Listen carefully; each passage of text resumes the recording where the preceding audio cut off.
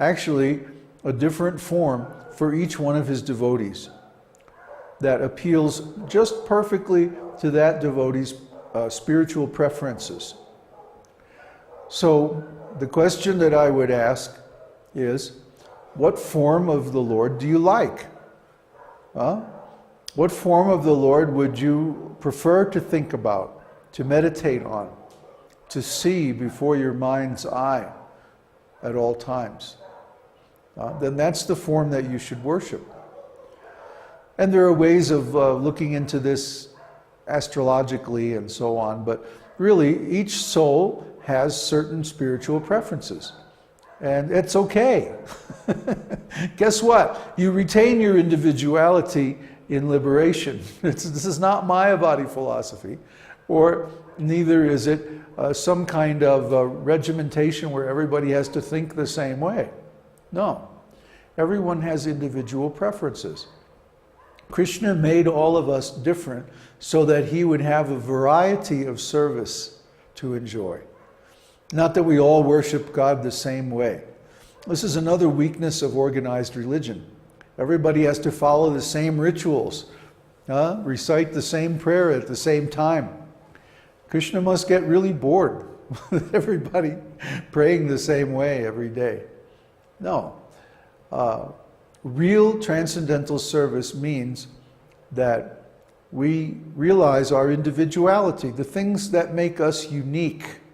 Each living entity is different because Krishna wants to enjoy those differences. So, the question is, what is our preference?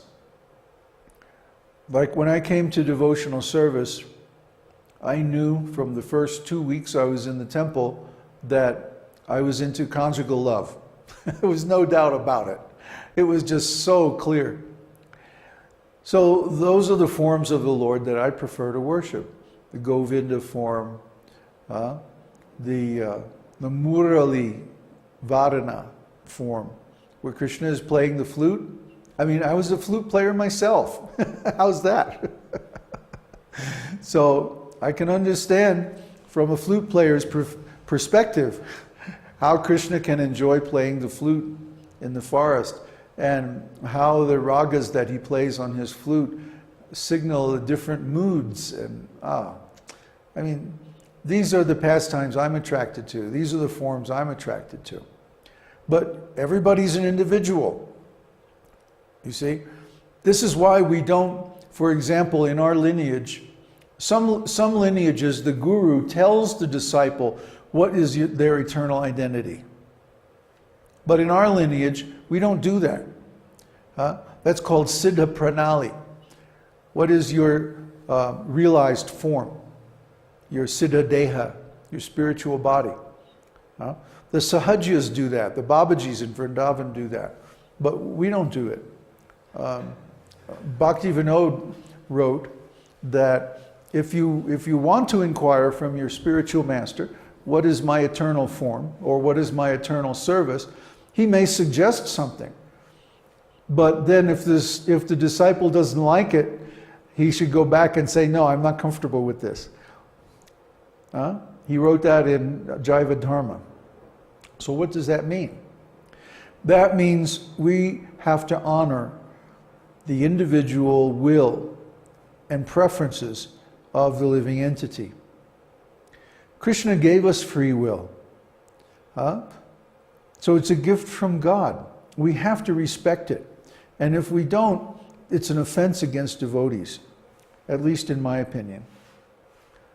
We have to be respectful. We have to honor the freedom of choice of every living entity. We can't force anybody to do anything, especially when it comes to spiritual life, or we're committing an offense. So my question to you is then, what form of the Lord would you like to worship? What is your preference? What are you attracted to? If you read Srimad Bhagavatam and you see all these descriptions of different forms of the Lord, which one appeals to you? It's a matter of aesthetics. Some people are more attracted to the opulent Vishnu forms, Narayan, who emanates the total material energy. Some people are more attracted to different forms in the Vaikuntha planets, the four-arm forms of the Lord. Because in those service engagements, they get to also manifest these different opulences, or work with those opulences. So people who are attracted to opulence can have their engagement in the spiritual life. People who aren't attracted to opulence are more attracted to maybe his Narayan forms, who are great sages performing austerities up in the Himalayas. Some people like to worship Krishna's form as Vamana, the brother of Lord Indra. Other people like to worship him as Narsingha. Some people like to worship him as Krishna. It's an individual preference. This is a misunderstanding or a distortion that has crept into ISKCON especially, that everybody should worship Krishna. Well, no. Lord Chaitanya didn't support this. There's a story in the Madhya Lila about a Brahmana who, what was his name? Miniketa Ramdas. Miniketa Ramdas was a Ram devotee. He loved Lord Ramachandra and to recite his pastimes and his name. And Lord Chaitanya tried to convince him, no, you have to worship Krishna. And he tried, and he just could not switch his heart from Lord Ramachandra to Lord Krishna. And finally he went to Lord Chaitanya and said, look, if you want to force me to worship Krishna, I'm going to commit suicide, because I just can't leave my Ram. And so Lord Chaitanya accepted this. He said, yes, I was just testing to see how strong your devotion was to Rama. You see? Once someone comes to their eternal transcendental form and service, they don't want to leave that. They're very attached to it. I'm surely attached to mine. Nobody could make me change with a herd of wild horses. Or lions or whatever.